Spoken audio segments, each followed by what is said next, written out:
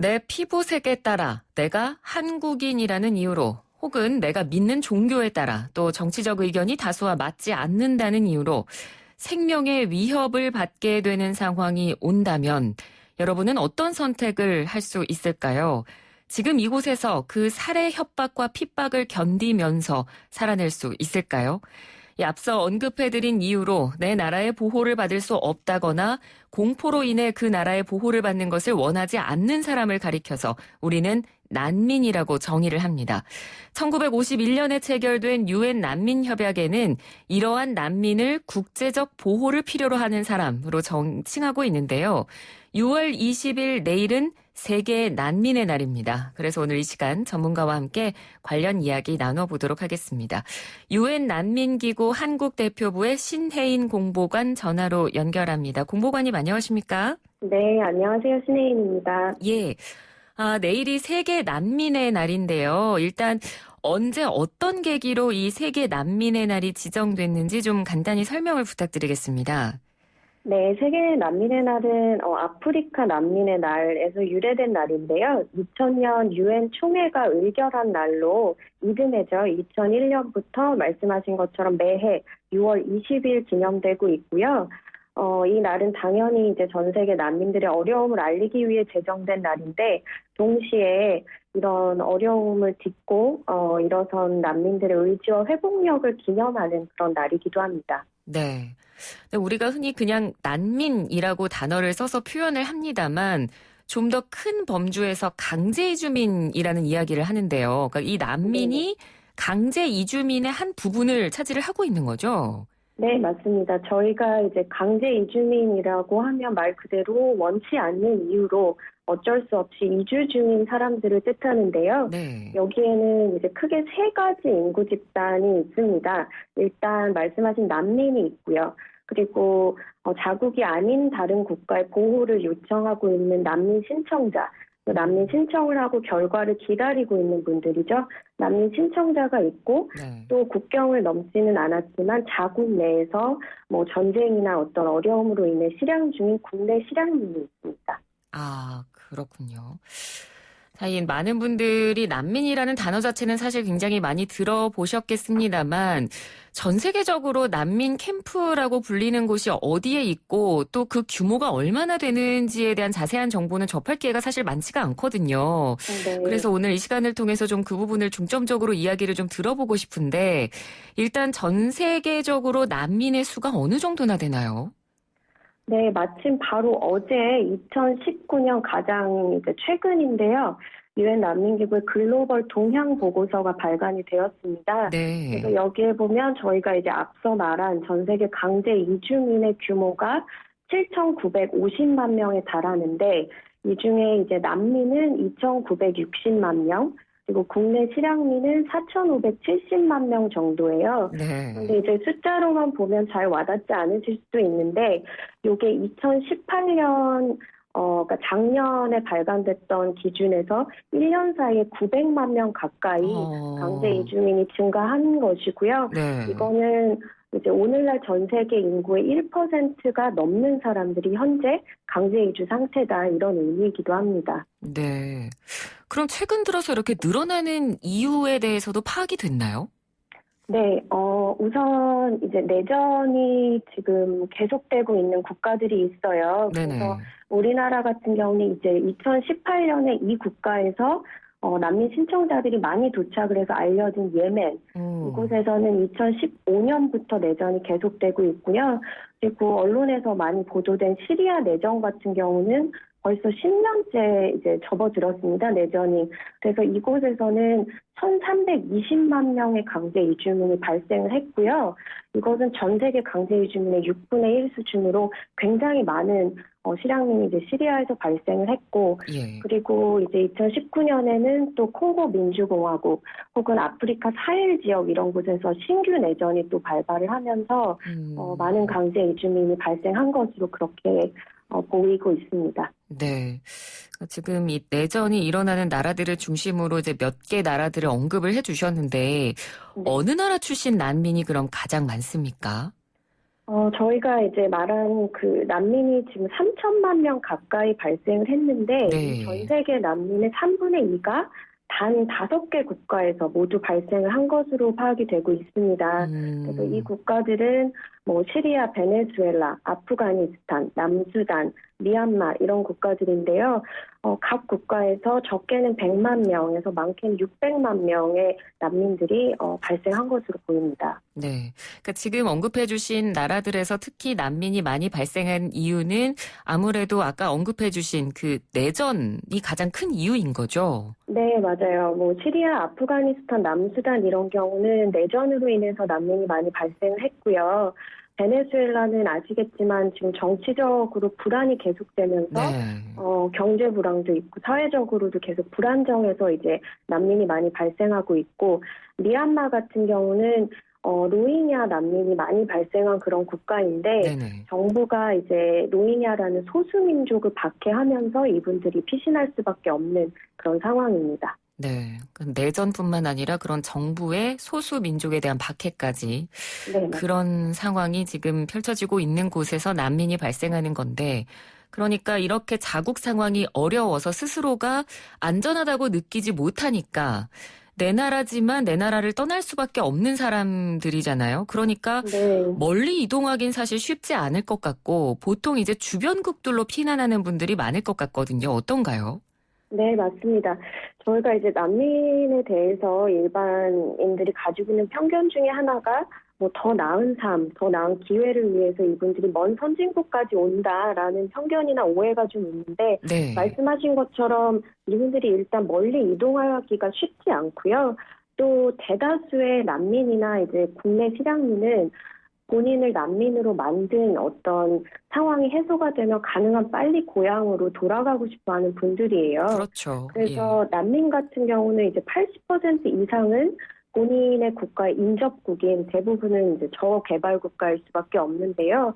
그곳에 체류하고 계시고, 또 강제 이주민 중에서도 절반 이상은 국내 실향민, 그러니까 어려움이 있지만 국경을 넘지는 않고 자국 내에서 피신 중인 이런 분들이 더 많습니다. 네, 그렇군요. 그러면 그런 난민들이 모여 있는 그 난민 캠프들이 있잖아요. 네. 어느 나라의 난민 캠프가 가장 큰 규모인가요? 오늘날 이제 최대 규모의 난민촌은 방글라데시에 있어요. 네. 앞서 말씀드린 로힝야 난민들이 이제 체류하고 있는 쿠투팔롱 난민촌인데, 이곳에 90만 명 넘는 난민들이 현재 살고 계시고요.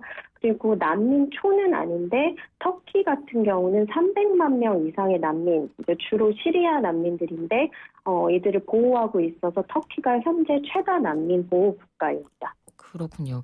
그러면 그 난민 캠프 운영 같은 거는 뭐 경제적 문제라든지 그 안에서 이루어지는 뭐 각종 뭐 의식주라든가 생활 부분, 교육이나 이런 네. 지원들은 그 나라에서 어떻게 전적으로 해주는 건가요?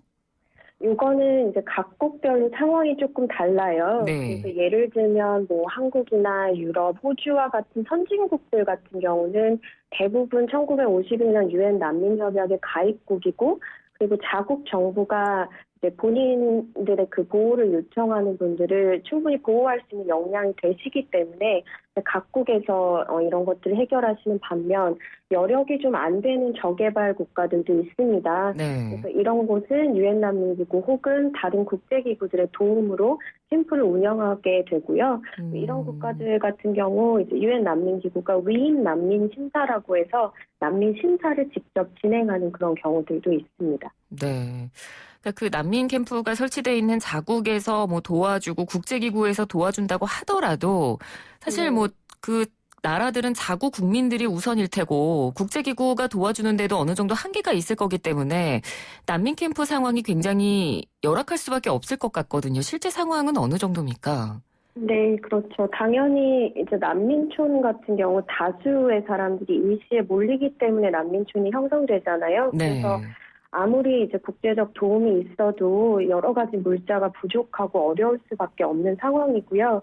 또 특히 이런 인구 밀집도가 높은 난민촌 혹은 난민 거주지의 경우 요즘 특히 코로나19 때문에 위험이 조금 더 가중되고 있는 그런 상황들이죠. 네.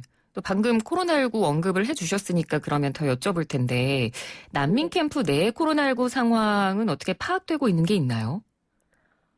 불행 중 다행이에요. 아직까지 이제 대규모 발발이 됐다 이런 소식은 없었고요. 네. 말씀드린 뭐 방글라데시나 뭐 그리스 이런 곳에서 이제 소수의 그 확진자들이 나왔다 이 정도가 있었는데 말씀드린 것처럼 인구 밀집도가 워낙 높고 그리고 그 코로나19를 예방하기 위한 뭐 비누, 물, 마스크 이런 제품들이 다 부족한 그런 상태여서 이제 확진자가 발생할 경우 굉장히 좀 우려가 되는 그런 상황입니다. 네, 그러니까요. 지금 뭐 잘 나가는 선진 국가들도 뭐 의료기기랑 의료진이 부족해서 지금 굉장히 혼란을 겪고 있는데 난민 캠프에서 만약에 뭐 지금은 확진자가 많이 대규모로 발생하지 않았다고 하지만 만약에 좀 대규모로 번지게 되면 상황이 굉장히 힘들어질 것 같거든요. 네, 맞습니다. 그래서 이제 유엔 난민기구도 특히 대규모 캠프들 대상으로 이제 최대한 예방 조치를 마련하고 있는데요. 예. 그 한 가지 말씀드리고 싶은 것이 이제 난민 확진자의 경우는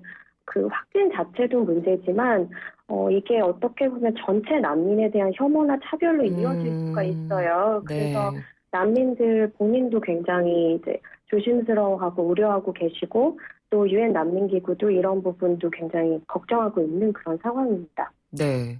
그래서 말씀해 주신 것의 연장선상에서 그래서 난민 수용을 지금까지도 어느 정도 받아들였던 국가들이 이 코로나19 확산 방지를 명분으로 이제 국경을 걸어 잠그다 보니까 난민에게 지금까지보다 훨씬 더 보수적으로 대하는 그런 움직임이 실제적으로도 지금 좀 보이고 있다고 들었거든요. 어떻습니까? 네, 맞아요. 아쉽게도 그런 소식들이 이제 몇 개 국가에서 들리고 있는데 네. 다행인 것은 동시에 또 많은 국가들이 대한민국도 마찬가지고요.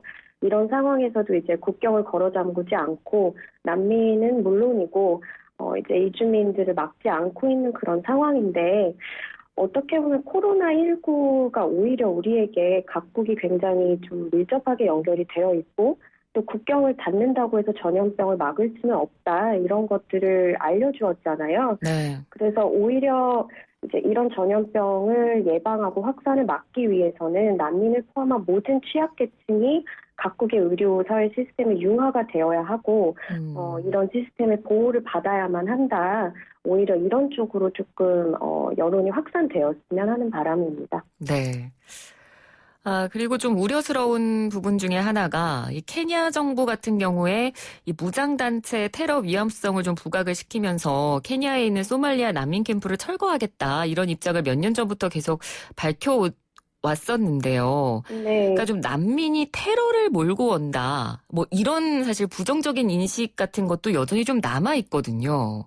네, 케냐 같은 경우는 케냐에 있는 이제 소말리아 난민촌이 다답이라는 난민촌인데 네. 한때는 전 세계 최대 규모의 난민촌이었습니다.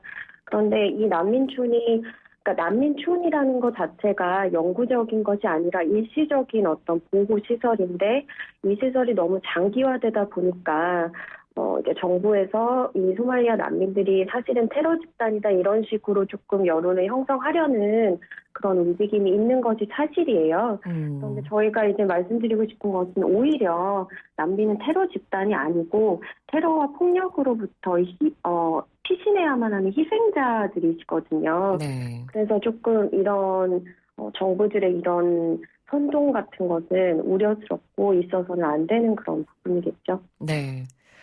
사실상 지금 우리나라도 뭐 여전히 지금 대한민국은 난민 문제와는 좀 동떨어져 있다. 우리랑은 좀 거리가 멀다라는 인식이 여전히 있고요. 그리고 몇 해 전에 이 제주도 난민 문제가 좀 불거진 적도 있었고.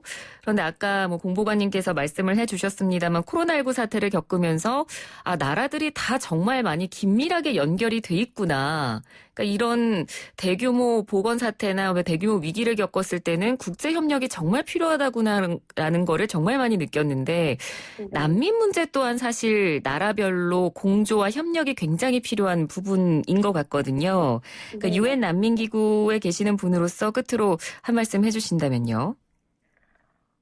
일단 그 8천만 명이라는 강제 이주민에 대처하려면 어떤 한 개 국가 혹은 소수의 국가들이 할 수 있는 일은 아닌 것 같습니다. 그래서 앵커님이 말씀하신 것처럼 좀 전 세계 모든 국가들의 국제 공조가 당연히 필요한 부분이겠고요. 네. 그리고 대한민국 같은 경우는 특히 유엔 난민협약의 가입국이기도 하면서 동시에 독자적인 난민을 보호하기 위한 국내법과 절차를 가지고 있는 국가입니다.